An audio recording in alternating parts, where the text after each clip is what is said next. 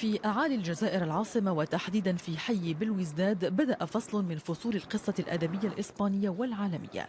ميغيل سيرفانتيس زار عدة مرات هذه المغارة خلال السنوات الخمس من أسره في الجزائر، مغارة أصبحت تحمل اسمه. عام 1575 وبعد عودته من الحرب ضد العثمانيين اعتقل سيرفانتيس هو وأخوه وتم اقتيادهما إلى الجزائر، مرحلة مهمة للغاية في حياة أديب إسبانيا الأكبر، تقول مديرة المعهد الإسباني.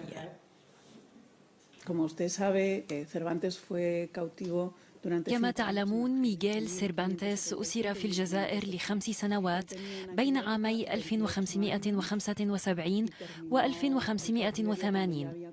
كان يبلغ 33 عاما عندما تم تحريره. كانت فترة مهمة في حياته. لحسن الحظ كانت هناك المغارة التي اعتادوا أن ينزلوا منها هو ورفاقه إلى المدينة، ثم يعود إليها لمعرفة بعض الأخبار. محاولة الهرب الأولى كانت فاشلة، بالتالي لم يتمكنوا من الفرار. لكن المغارة وحي بلويزداد اكتسى منذ ذلك الوقت أهمية كبرى في الجزائر وفي عالم سيرفانتيس. يعتقد خبراء أن السنوات التي أمضاها الأديب الإسباني في الأسر أثرت على عدد من أعماله الأدبية، حيث تحدث سيرفانتيس في أحد مقاطع كتاب دون كيشوت دي لا مانشا الشهير عن الأسر. كما ألف مسرحية بعنوان سيرفانتيس في الجزائر بعد تحريره. وبالنسبة لكثيرين هذه الأعمال تعكس جزءا من التاريخ المشترك بين الثقافتين الإسبانية والجزائرية. واليوم أضحت المغارة موقعا سياحيا وثقافيا وتاريخيا، إلا أن عشاق الأدب الإسباني من الجزائريين يطالبون بضرورة الحفاظ على هذا الموقع. عدا المغارة ولفتة تحمل اسم سيرفانتيس ونبذة عن حياة إحدى الشخصيات الرائدة في الأدب الإسباني، يبقى الموقع التاريخي والثقافي بحاجة ماسة للترميم لكي يصبح جاهزا للزوار.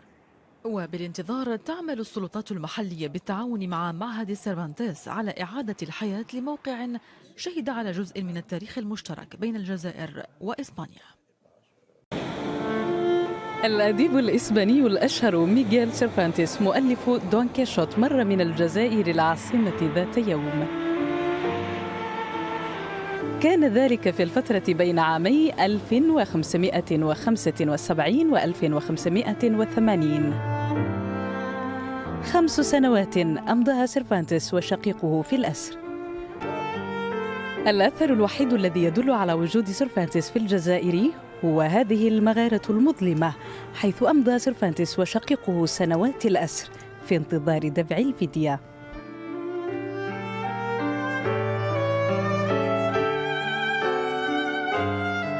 اليوم تتعاون السلطات المعنية مع السفارة الإسبانية ومعهد سيرفانتيس الثقافي في الجزائر من أجل إعادة إحياء المغارة وقصة سيرفانتيس معها. مشروع يستهدف لفت أنظار السكان والسياح إلى المغارة التي أقام فيها أشهر كتاب الإسبانية قبل نحو 500 عام، عندما كان شاباً في 28 من العمر. عاد سيرفانتيس إلى وطنه في نهاية الأمر، لكن المغارة والمدينة لم تبرح ذاكرته، بدليل أنه ألف مسرحية اسمها سيرفانتيس في الجزائر لخص فيها تجربته مع الأسر.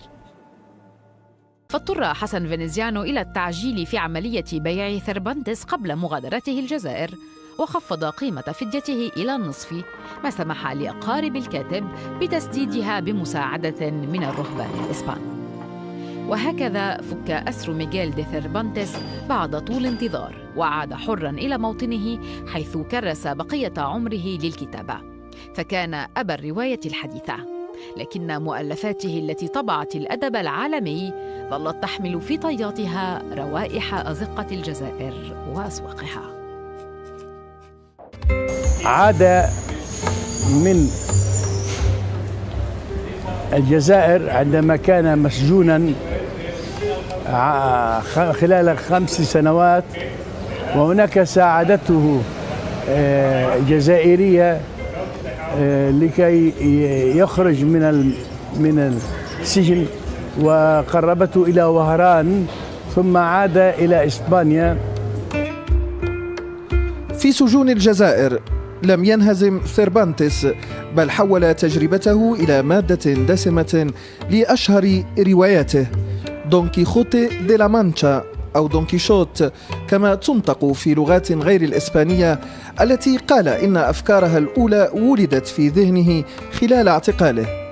لكن هذه الرواية التي تعتبر أيقونة الأدب الإسباني أصبحت أكثر شهرة من كاتبها، حيث حجبت شخصية دون كيشوت الحالمة واللاعقلانية اسمه. لم تفتح لصاحبها أبواب الساحة الأدبية التي كانت حكراً على الكتاب المسرحيين. في تلك الحقبة كان النجاح الأدبي مرتبطا بالمسرح، ولذلك أشهر كتاب تلك الحقبة تيرسو دي مولينا، لوبي دي فيغا وكالديرون. أما الاعتراف بنبوغ صاحب رواية دون كيخوتا سيتحقق في القرن الثامن عشر بعد أن أعيد طبع هذه الرواية في لندن.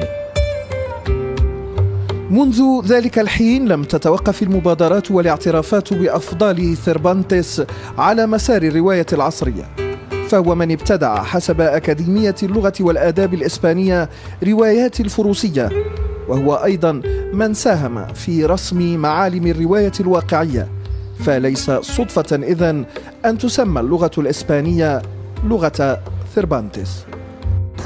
Misfortunes didn't end there.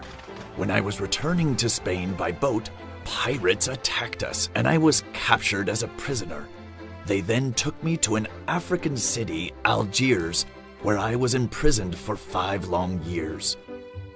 Finally, I was freed in a rescue operation and I eventually managed to get back